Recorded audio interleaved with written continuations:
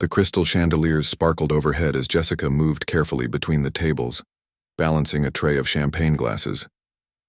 Her feet ached in the black shoes she'd polished that morning, but she kept her smile steady. This was her third double shift this week at the Riverside Country Club, and she needed every hour she could get. 5 years. It had been 5 years since everything changed. 5 years since the accident that took her parents. 5 years since she'd put away her dreams and picked up the serving tray instead. Her younger brother Tommy was in his second year of college now, studying engineering, and that made every sore muscle and long night worth it. Nobody here knew her story. To them, she was just the waitress who brought their drinks and cleared their plates. They didn't know about the scholarship letter from the music conservatory that still sat in her drawer at home. They didn't know about the hours she used to spend at the piano, or the competitions she'd won as a teenager. That was a different life, a different version of herself that she'd carefully tucked away. Tonight was the club's annual spring gala, and the ballroom was packed with the city's wealthiest residents. Women in designer gowns laughed over cocktails, while men in expensive suits discussed business deals. Jessica had worked enough of these events to recognize the patterns. She knew which guests were kind and which ones treated the staff like they were invisible. Then there was Richard Blackwell. Everyone knew him. The tech billionaire who'd made his fortune in software and never let anyone forget it. He was loud, demanding, and had a reputation for being cruel to service staff. Last month, he'd reduced one of Jessica's co-workers to tears by loudly criticizing her for taking too long to bring his appetizer. The girl had quit the next day. Tonight, Richard had arrived with a group of 8 people, all dressed in clothes that probably cost more than Jessica's monthly rent. They'd already sent back 2 bottles of wine, claiming they weren't chilled properly, though Jessica knew they were exactly the right temperature. It was just a power game, a way to remind everyone who was in charge. Jessica approached their table carefully, carrying fresh glasses. She'd learned to be extra cautious around Richard's table.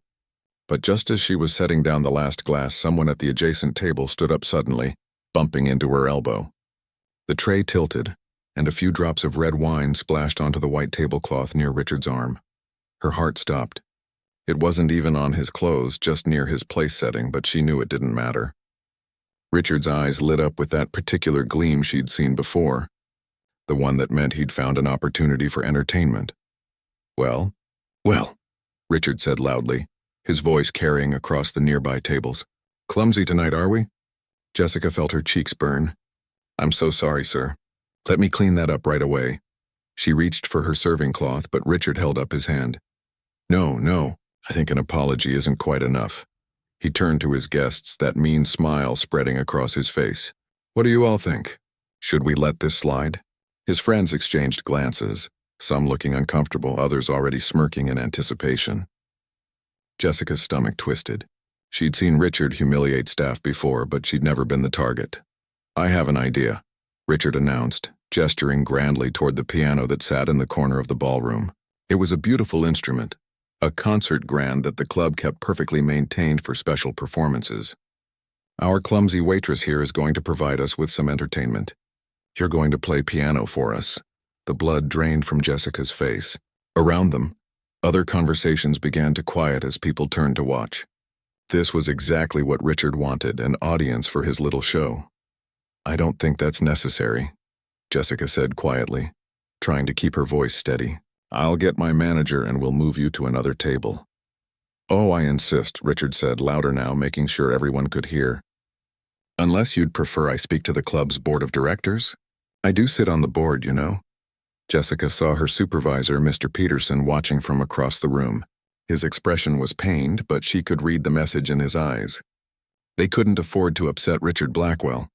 The man had enough influence to get people fired, to cause real problems for the club. Come on now, Richard continued, his voice dripping with false encouragement. Surely a country club waitress knows a little chopsticks or something. His table erupted in laughter, and Jessica felt dozens of eyes on her. She looked at the piano, then back at Richard's smug face. Her hands were shaking, but not from fear anymore. Something else was rising in her chest. Something she'd kept buried for 5 years. All those hours of practice. All those dreams she'd sacrificed. All that talent she'd hidden away because life had demanded it. The walk to the piano felt like it took forever. Jessica was aware of phones being pulled out, of guests gathering around to watch what they assumed would be a disaster. She heard Richard behind her, making jokes to his friends, taking bets on whether she even knew where middle C was. Her server's apron felt ridiculous now as she sat on the piano bench. The familiar smoothness of the keys under her fingers sent a shiver through her.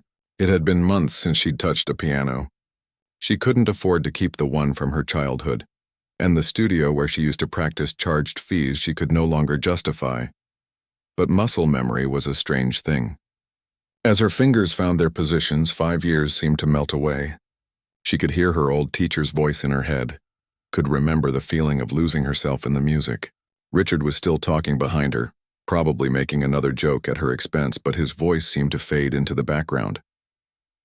Jessica closed her eyes for just a moment. Then she began to play.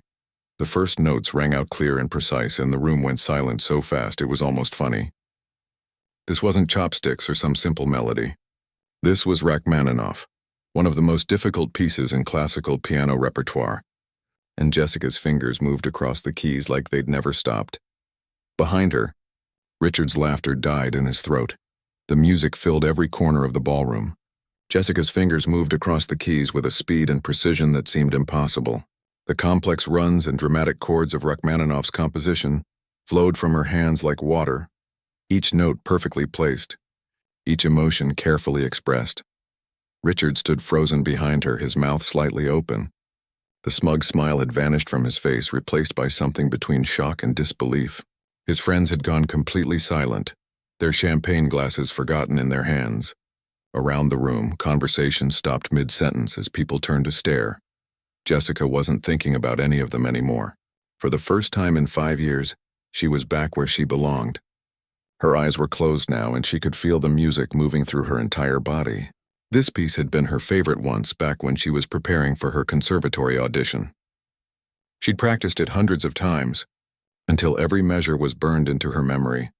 The grief she'd carried for so long, the exhaustion from endless shifts, the dreams she'd buried, all of it poured into the music. Her hands knew exactly where to go, exactly how much pressure to apply to each key. The piano responded beautifully, its rich tones filling the space with a sound that most of these people had probably never heard outside of a professional concert hall. In the audience, a woman in an elegant navy gown had moved closer, her eyes wide. She was a regular at the club, though Jessica had never served her table. The woman's hand had gone to her chest as if the music had physically struck her. Tears were forming in her eyes. Others were having similar reactions. A man in his 60s pulled out his handkerchief to wipe his face. A young couple stood holding hands, completely mesmerized. Even the other waiters and waitresses had stopped working, gathering at the edges of the room to watch their colleague transform before their eyes. The piece built toward its climax, and Jessica's entire body moved with the music. Her fingers flew across the keys in passages that would challenge even professional pianists. There was a section near the end that required both hands to cross over each other repeatedly, hitting notes at impossible speeds, and she executed it flawlessly. This was years of training, thousands of hours of practice, all condensed into this single unexpected moment. When she finally struck the last chord and let it ring out into silence, the sound seemed to hang in the air for an eternity. Jessica's hands remained on the keys, trembling slightly. She opened her eyes and stared at the piano, almost surprised to find herself here in this ballroom wearing a server's uniform. The silence stretched for 3 full seconds. Then someone began to clap. Then another person. Within moments, the entire ballroom erupted in thunderous applause. People were standing up, some of them actually cheering. The sound was deafening. Jessica turned around slowly, her face flushed. She hadn't expected this. She'd been so focused on the music that she'd almost forgotten there was an audience. But now she saw them all, these wealthy strangers who'd been ready to laugh at her embarrassment, now applauding with genuine enthusiasm. Richard Blackwell looked like he'd been slapped. His face had gone pale, and he seemed to be struggling to process what had just happened. The friends at his table were clapping too, but they kept glancing at him, clearly unsure how to react. One of the women was actually glaring at Richard, her expression full of disgust. "Stop!" The woman in the navy gown suddenly called out, pushing through the crowd toward Jessica. "Everyone, please stop for a moment." The applause died down, replaced by curious murmurs. The woman was middle-aged, with silver hair pulled back in an elegant twist. She moved with the confidence of someone used to being listened to. "You," she said, pointing at Jessica. "What's your name?" Jessica's voice came out smaller than she intended. "Jessica. Jessica Martinez." The woman's eyes narrowed, studying her face carefully. "Martinez. Jessica Martinez. My God, you're the girl from the Westfield competitions. I was a judge 6 years ago. You won first place in the advanced division." Jessica's heart skipped. She remembered that competition. It had been one of her last before the accident. "Yes," she said quietly. "That was me." "You had an audition scheduled with the National Conservatory," the woman continued, her voice rising with excitement. "I wrote you a recommendation letter myself. You were supposed to be one of the most promising students in the program. What happened? Why are you working here?" The room had gone silent again, but this time people were listening for a different reason. Jessica felt dozens of eyes on her, and suddenly the story she'd kept private for so long came spilling out. "My parents died," she said simply. "Car accident 5 years ago. My brother was still in high school. Someone had to work, to pay the bills, to make sure he could finish his education. The conservatory couldn't wait, and we couldn't afford it anyway. So I did what I had to do." She saw several people in the crowd react, their expressions softening with sympathy. Even some of Richard's friends looked uncomfortable now, clearly realizing the cruelty of what he'd tried to do. The woman in navy stepped closer and took Jessica's hand. "My name is Diana Chen. I'm the director of the Metropolitan Symphony Orchestra." She pulled a business card from her small purse and pressed it into Jessica's palm. "We need to talk tomorrow. Call my office first thing in the morning." "I work tomorrow," Jessica said automatically. Her server's training kicking in. "Not anymore, you don't," Mr. Peterson called out from across the room. Her supervisor was smiling now, actually smiling. "Consider yourself on paid leave until you figure things out." Around them, other people were pulling out cards too. A tall man in glasses introduced himself as a professor at the local university's music department. A woman in red claimed to be a talent agent. Another couple ran a foundation that provided scholarships to young artists. They all wanted to talk to Jessica, to help her, to be part of whatever came next. Through it all, Richard Blackwell stood silent at his table. Someone had recorded the entire performance on their phone, and he could see it was already being shared. His attempt to humiliate a waitress had backfired spectacularly. Now he was the villain in a story that was probably going to be all over social media by morning. He tried to back away quietly, signaling to his friends that it was time to leave. But Jessica's voice stopped him. "Mr. Blackwell," she called out clearly. Everyone turned to look. "Thank you for asking me to play tonight. I'd forgotten how much I missed it." Her words were gracious, but the look in her eyes said something else entirely. She'd won, and they both knew it. Richard's face burned red as he hurried toward the exit, his expensive shoes clicking against the marble floor. Jessica watched him go, then looked down at the handful of business cards in her palm. Her hands were still shaking, but not from nervousness anymore. This felt like standing at the edge of something huge, something that could change everything. Jessica sat in her tiny apartment that night, staring at the collection of business cards spread across her kitchen table. 7 cards, 7 people who wanted to help her, who saw something in her that she'd almost forgotten existed. The dim light from the overhead bulb made the embossed letters shimmer slightly. Diana Chen, Metropolitan Symphony Orchestra Director. Professor Robert Hayes, University Music Department. Catherine Morrison, Arts Talent Management. The names blurred together as exhaustion finally caught up with her. Her phone buzzed for what felt like the 100th time. The video of her performance had gone viral. Thousands of people had already watched it, shared it, commented on it. "Did you see this waitress play piano?" one comment read. "This is what real talent looks like," said another. Her phone kept lighting up with notifications from people she hadn't spoken to in years. Old classmates from music school, teachers who remembered her, even strangers sending messages of support and encouragement. But it was the text from her brother Tommy that made her eyes water. "I just saw the video. Why didn't you tell me you gave up music school for me? We need to talk. Coming home this weekend." She'd tried so hard to protect him from the guilt, to make him think the decision had been easy. Now the truth was out there for everyone to see, and she wasn't sure if that made things better or worse. Sleep didn't come easily that night. Jessica kept replaying the evening in her mind. The weight of the serving tray. Richard's cruel smile. The moment her fingers touched the piano keys and everything else disappeared. The look on his face when he realized his plan had backfired completely. The next morning, Jessica sat in her car outside the symphony hall for 10 minutes before she found the courage to go inside. The building was intimidating. All glass and modern architecture, nothing like the modest community center where she used to practice. Women in business clothes hurried past, carrying briefcases and coffee cups. Everyone looked important, like they belonged there. Jessica still felt like a waitress playing pretend. The receptionist directed her to the third floor, where Diana Chen's office overlooked the city. The room was filled with photographs of performances, awards on the walls, and a beautiful cello standing in the corner. Diana herself sat behind a desk covered with sheet music and programs. "Jessica," Diana said warmly, standing up to shake her hand. "Thank you for coming. Please sit down." Jessica perched on the edge of the leather chair, her hands clasped tightly in her lap. Diana poured 2 cups of tea and settled back in her own seat, studying Jessica with those sharp, intelligent eyes. "I'm going to be direct with you," Diana began. "What I saw last night was extraordinary. That level of skill doesn't just appear out of nowhere. You have years of serious training behind you, and 5 years away from the piano hasn't diminished your talent one bit." "I practice sometimes," Jessica admitted. "There's a church 2 blocks from my apartment. The pastor lets me use their piano on Tuesday mornings when nobody's there." Diana's expression softened. "Once a week. You've maintained that level of ability practicing once a week for 5 years. She shook her head in amazement. "Do you understand how rare that is? Most musicians would lose their edge completely.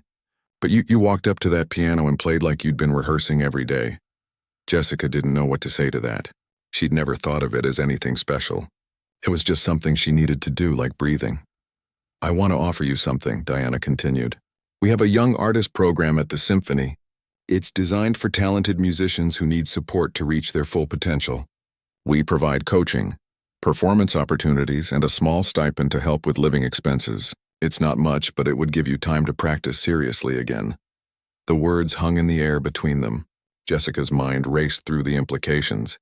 Time to practice. Time to be a musician again instead of just a waitress who used to play piano. But what about Tommy's tuition? What about her rent and bills? "I can see you're worried about money," Diana said gently. "I spoke to Professor Hayes this morning. He's arranging a scholarship fund. Several people from last night have already committed to contributing. They want to help you, Jessica. They want to see where your talent can take you."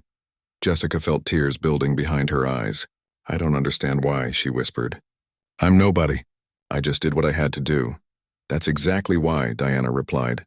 "You sacrificed your dreams for your family.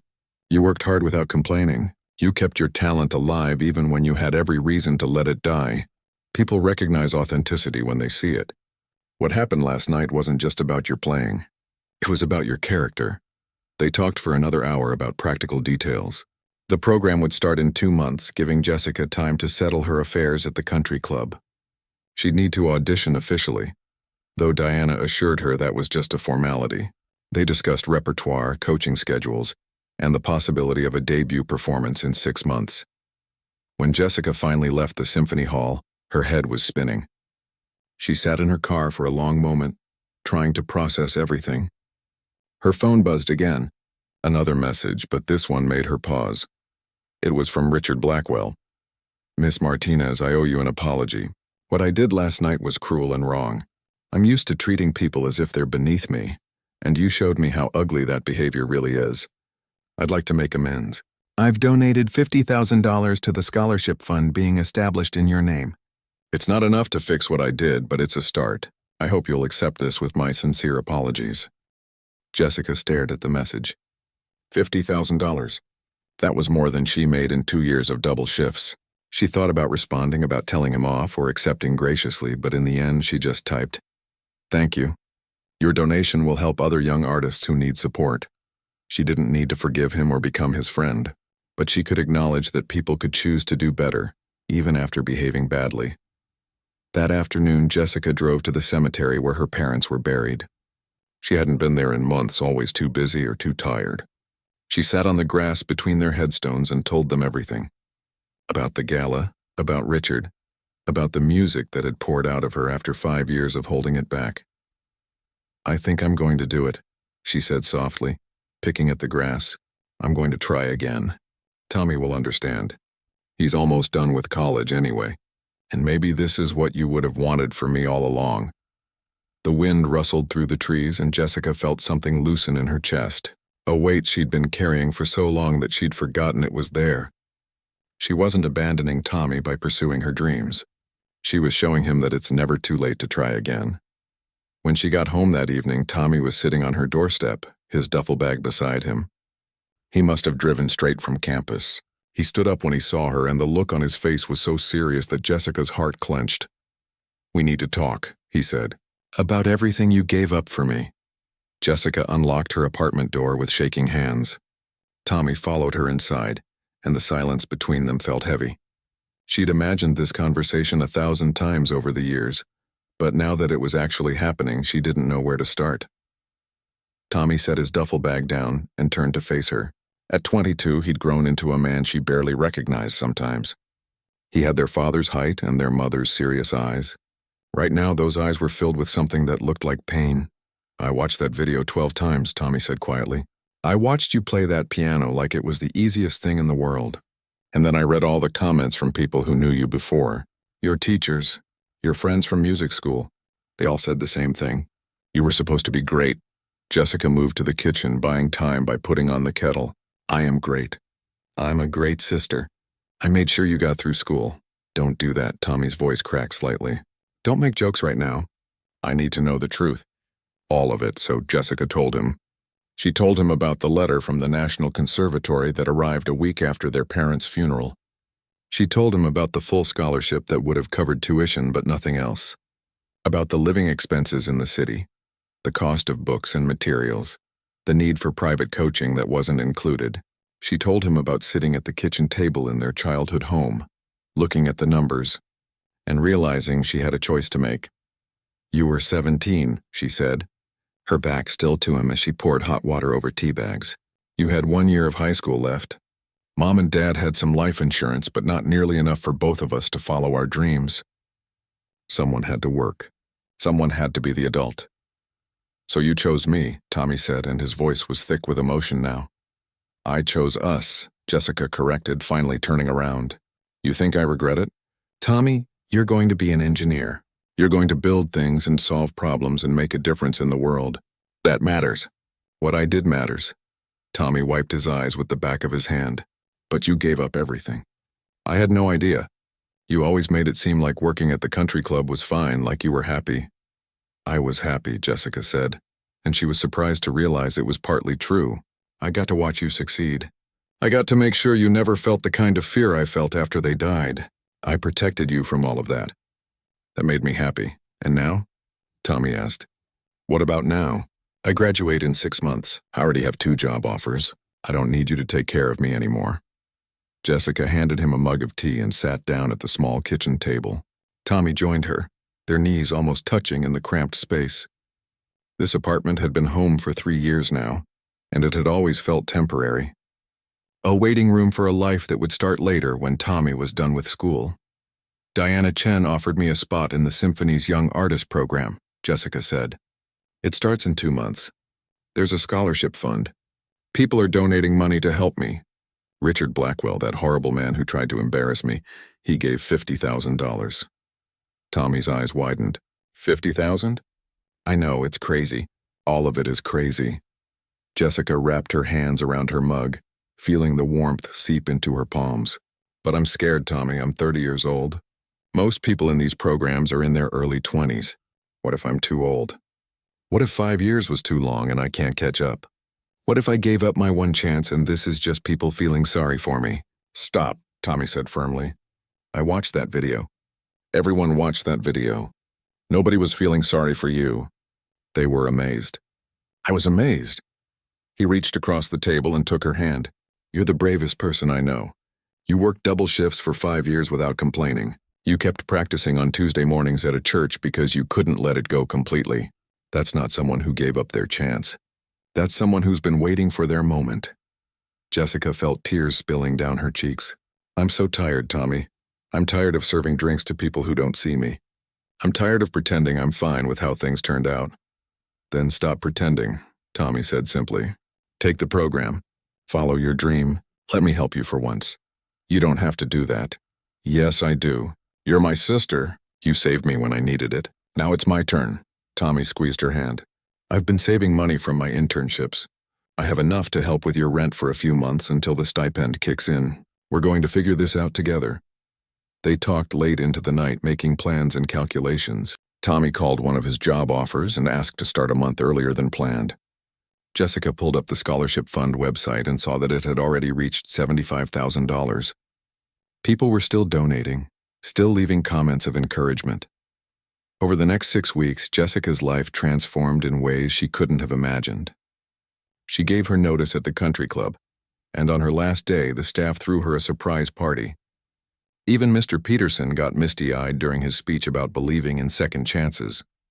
Professor Hayes at the university offered to coach her 3 times a week for free until the program started. "Consider it an investment," he said with a smile. "Someday when you're famous, I'll tell everyone I taught you." The church where she practiced on Tuesdays opened their doors to her every day. The pastor, an elderly woman named Ruth, would sometimes sit in the back pew and listen. "You're praying with those hands," she told Jessica once. "Music like that is a conversation with something bigger than us." Jessica practiced until her fingers ached.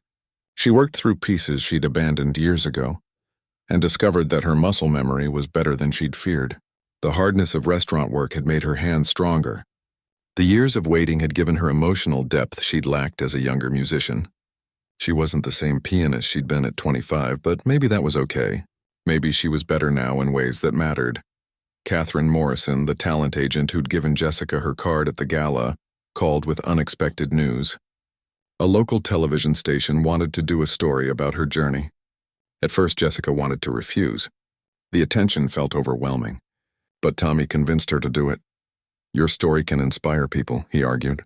"How many others are out there putting their dreams on hold because life got hard? They need to see that it's not too late. You need to show them." So Jessica agreed to the interview. She sat in her tiny apartment and told her story to a reporter named Lisa Chen. The segment aired during the evening news, and Jessica's phone exploded with messages from people all over the country. Single parents working 3 jobs, students who'd dropped out to care for sick relatives, people who'd given up on dreams they thought were dead.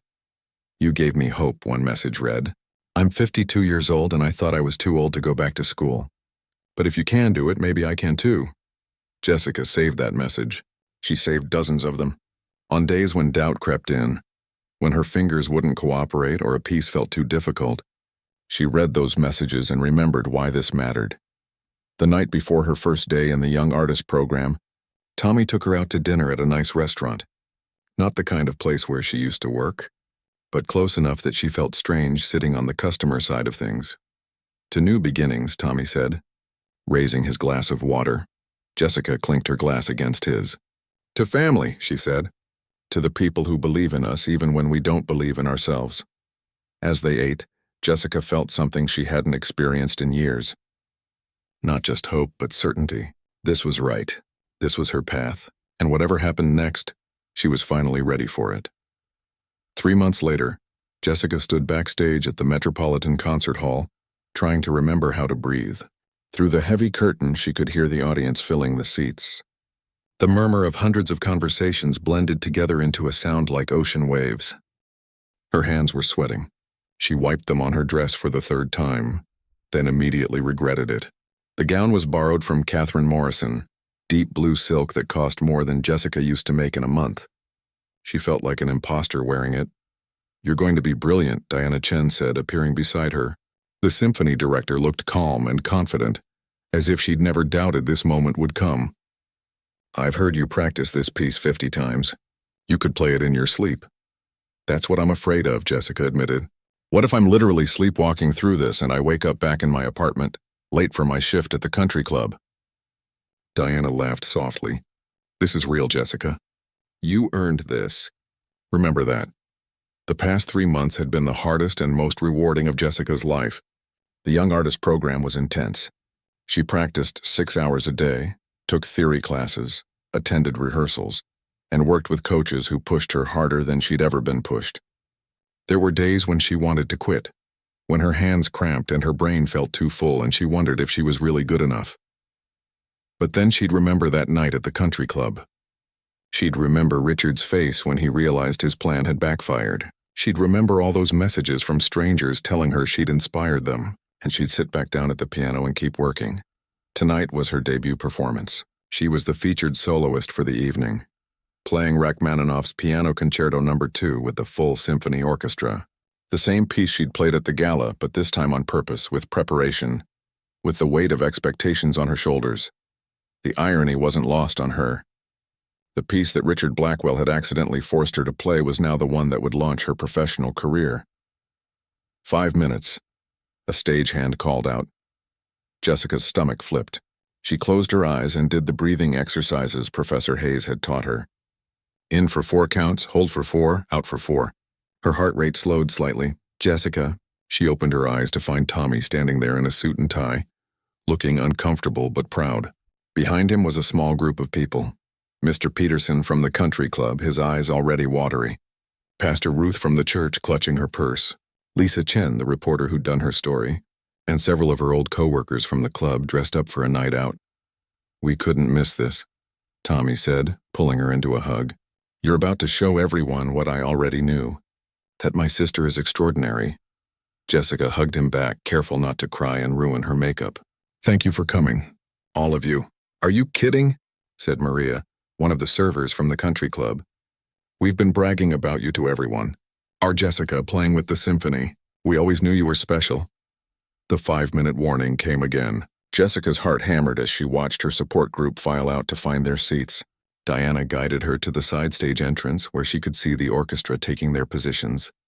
Violinists tuned their instruments. The brass section warmed up with quiet scales. The conductor, a serious man named Vincent, caught her eye and nodded encouragingly. Then the lights dimmed and the audience fell silent. The curtain rose. Jessica watched from the wings as Vincent walked onto the stage to applause. He bowed, then turned to the orchestra. The musicians raised their instruments ready. This was it. No going back now. Vincent gestured toward the wings and Jessica walked onto the stage. The applause swelled, and the lights were so bright she couldn't see individual faces in the audience. She walked to the piano, her legs somehow steady despite the terror coursing through her veins. She sat down, adjusted the bench, and placed her hands over the keys. The concert hall went silent. 2,000 people holding their breath, waiting. Vincent raised his baton. Jessica's hands found their starting position. And then, with a downward sweep of the conductor's arm, the orchestra began. The opening chords crashed through the hall like thunder.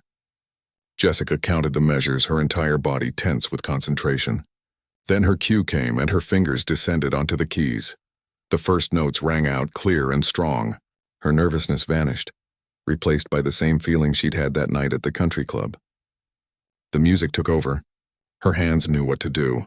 She and the orchestra moved together, a conversation between piano and strings, building and falling and building again. She played like her life depended on it. Every emotion she'd felt over the past 5 years poured into the music. The grief of losing her parents, the exhaustion of endless shifts, the love for her brother, the fear of being forgotten, the joy of being given a second chance. It was all there, translated into notes and chords and rhythms. The audience disappeared. The stage disappeared. There was only the music and Jessica's hands and the piano responding to her every touch.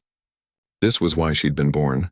This was what all those years of sacrifice had been protecting. Not just the ability to play, but the understanding that came from living, from losing, from choosing love over easy answers. The piece built toward its famous climax, and Jessica's fingers flew across the keys in the passages that had once seemed impossible. But they weren't impossible anymore. They were just notes, and she knew exactly how to play them. The orchestra swelled behind her, violins soaring, brass blazing, and Jessica matched them note for note. Then came the final section, quiet and tender after all that power. Her hands slowed, playing with a gentleness that brought tears to her eyes. This was the resolution. This was peace after storm. The orchestra faded to almost nothing, leaving just the piano, just Jessica, just the final soft chords that ended the piece. She struck the last note and let it ring out into silence. Her hands remained on the keys, trembling. The silence lasted 2 heartbeats. Then the audience exploded. People were on their feet, applauding wildly. Jessica stood and turned to face them, and now she could see their faces. Tommy was crying openly. Pastor Ruth was clapping with her hands above her head. Even Diana Chen was wiping her eyes. But what made Jessica's breath catch was the sight of Richard Blackwell in the back row. He was standing like everyone else, applauding, but his expression was different. There was no smugness, no cruelty, just respect and something that might have been regret. When the applause finally died down and Jessica walked off stage, she was mobbed by the orchestra members. Violinists hugged her. The conductor shook her hand with genuine enthusiasm. Diana was already talking about future performances, about recordings, about all the doors that were opening. Later that night, after the celebration dinner and the congratulations and the request for interviews, Jessica found herself alone in the empty concert hall. The janitor had let her back in, recognizing her from the performance. She sat at the piano again, this time with no audience, no pressure, no expectations. She played softly, just for herself. Simple melodies from her childhood. Songs her mother used to sing. Music that meant nothing to anyone but her. This was why she played. Not for the applause or the recognition, though those were nice. She played because music was how she understood the world, how she processed emotion, how she connected with something larger than herself. Her phone buzzed with a text from Tommy. Mom and Dad would be so proud. I'm proud. Go home and rest. You've earned it. Jessica smiled and closed the piano lid. She had earned it. Every note, every sacrifice, every double shift and tired morning. This was hers. As she walked out into the cool night air, Jessica thought about that moment at the country club when Richard had pointed at the piano and demanded she play. He'd meant to humiliate her. Instead, he'd given her back her life. Sometimes the worst moments led to the best outcomes. Sometimes the detours were actually the path all along. And sometimes a waitress at a country club was exactly where a musician needed to be, waiting for the right moment to remind the world that talent and dreams don't die just because life gets hard. They just wait, patient and persistent for their chance to sing again.